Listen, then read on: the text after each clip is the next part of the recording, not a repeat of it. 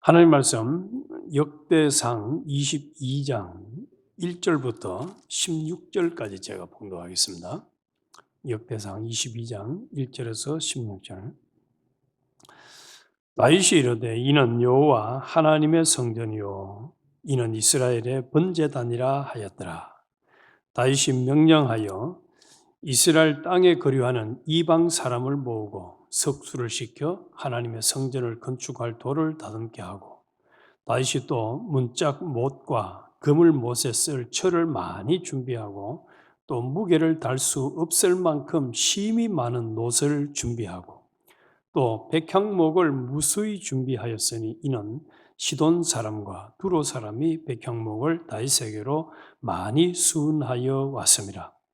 다윗이 이르되 내 아들 솔로몬은 어리고 미숙하고 여호와를 위하여 건축할 성전은 극히 웅장하여 만국의 명성과 영광이 있게 하여야 할지라. 그러므로 내가 이제 그것을 위하여 준비하리라 하고 다윗이 죽기 전에 많이 준비하였더라. 다윗이 그의 아들 솔로몬을 불러 이스라엘 하나님 여호와를 위하여 성전 건축하기를 부탁하여, 다윗이 솔로몬에게 이르되 내 아들아, 나는 내 하나님 여호와의 이름을 위하여 성전을 건축할 마음이 있었으나 여호와의 말씀이 내게 임하여 이르시되 너는 피를 심히 많이 흘렸고 크게 전쟁하였느니라.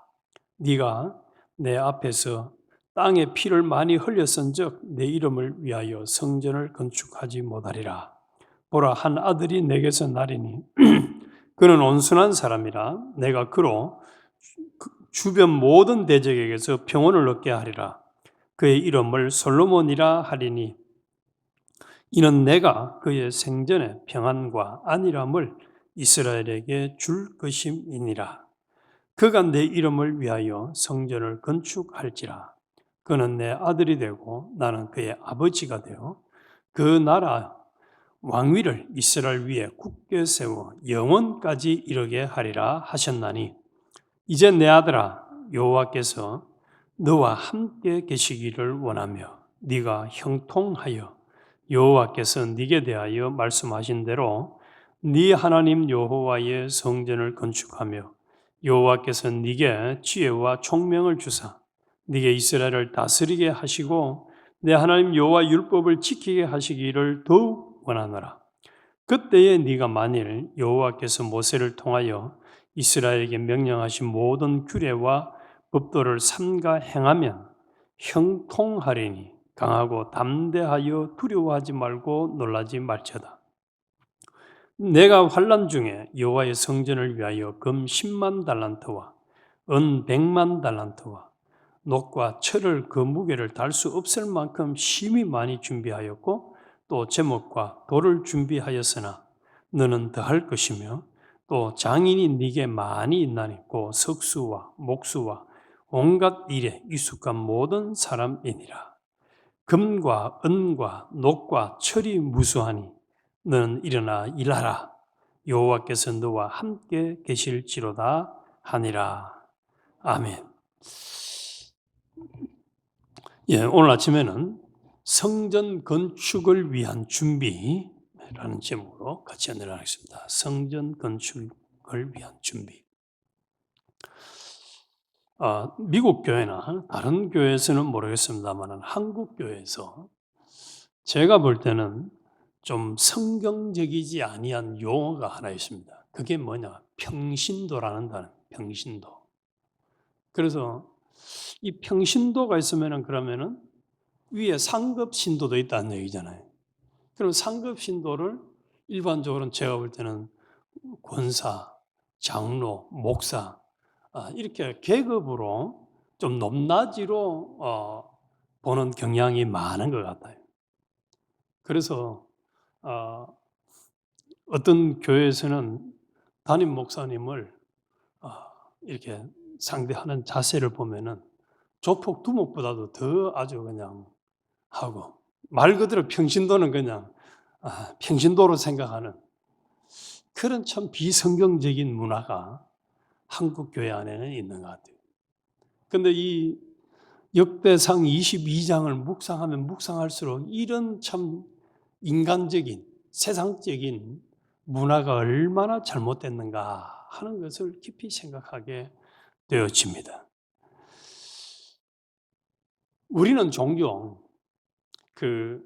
뭔가를 내가 완성을 해서 마치 금축을 다 끝나고 나면 리본을 자르는 커팅을 하듯이 말이죠. 그렇게 뭔가를 완성을 해야 속이 시원하고, 또 완성을 못하면은 이게 내가 참 내 할 일을 못했는가 보다라고 생각하는 경향도 또 상당히 많이 있는 것 같습니다.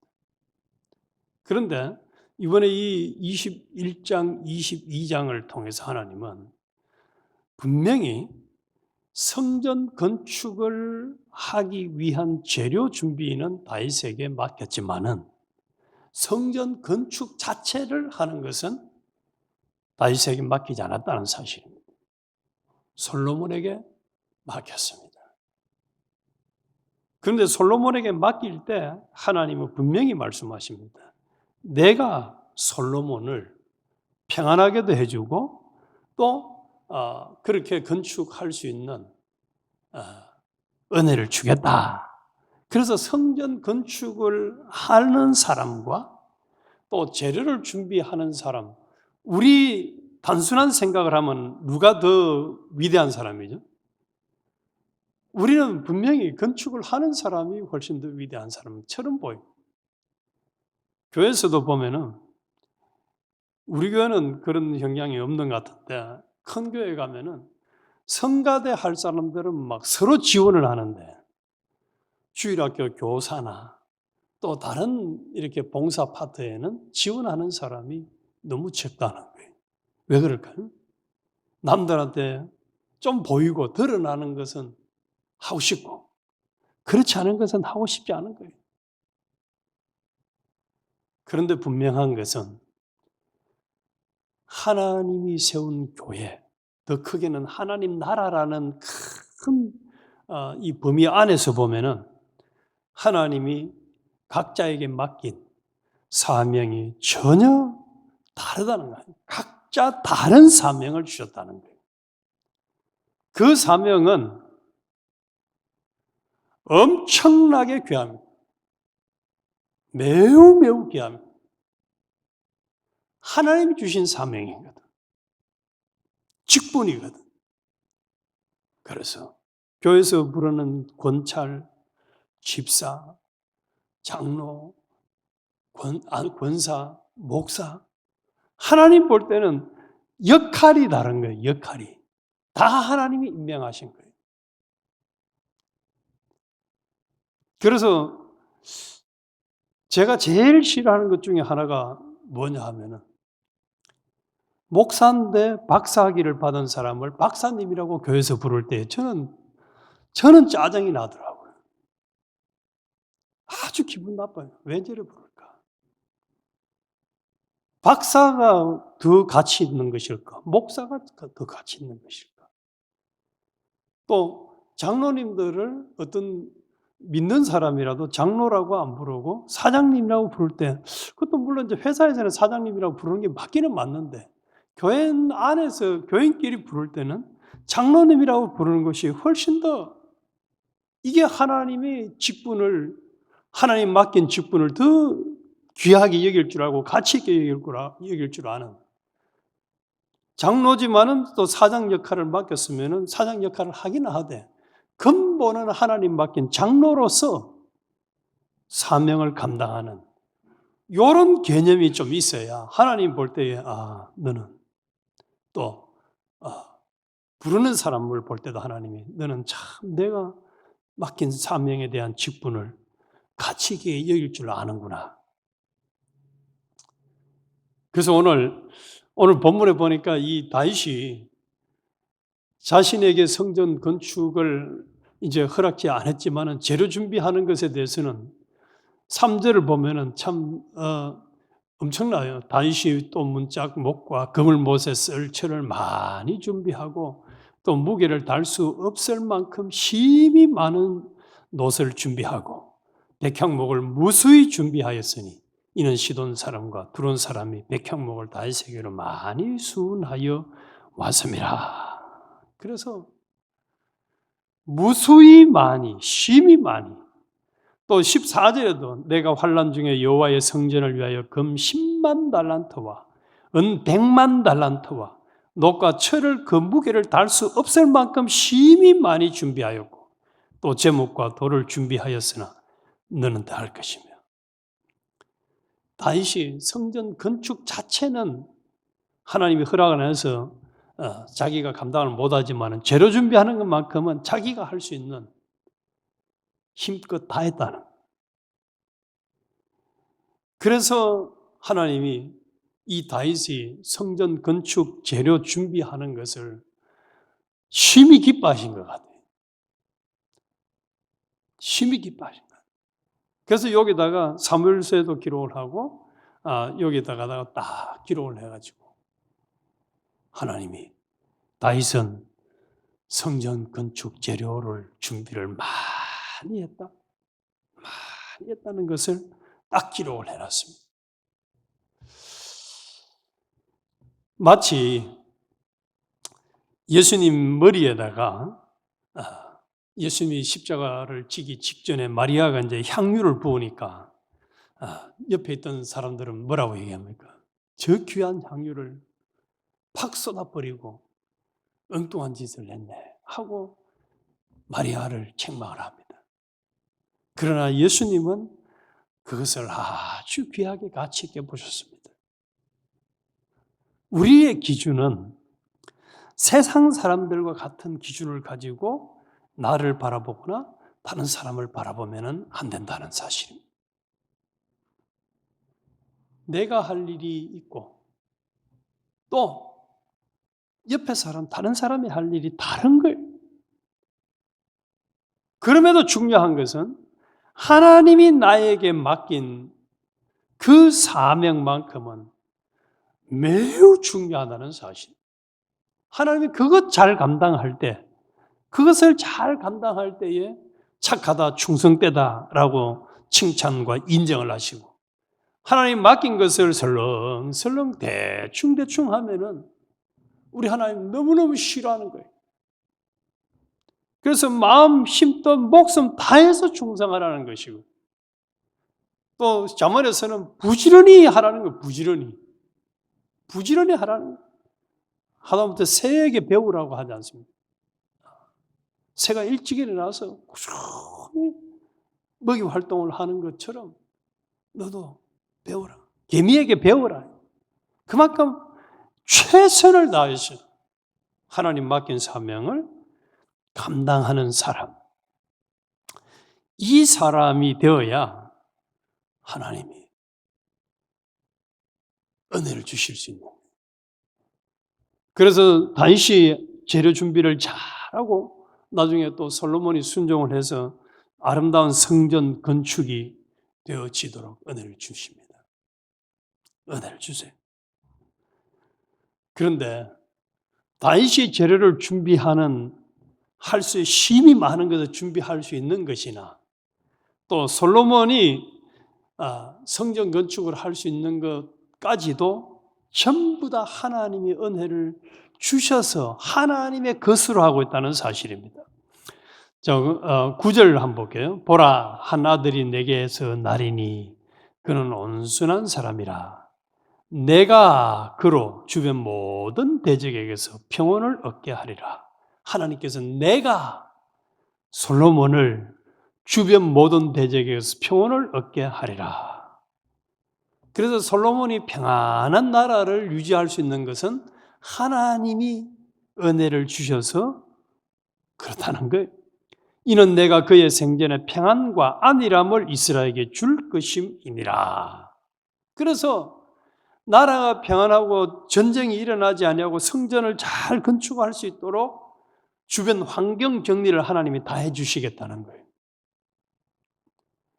자, 여기서 우리가 분명히 짚어야 될 것은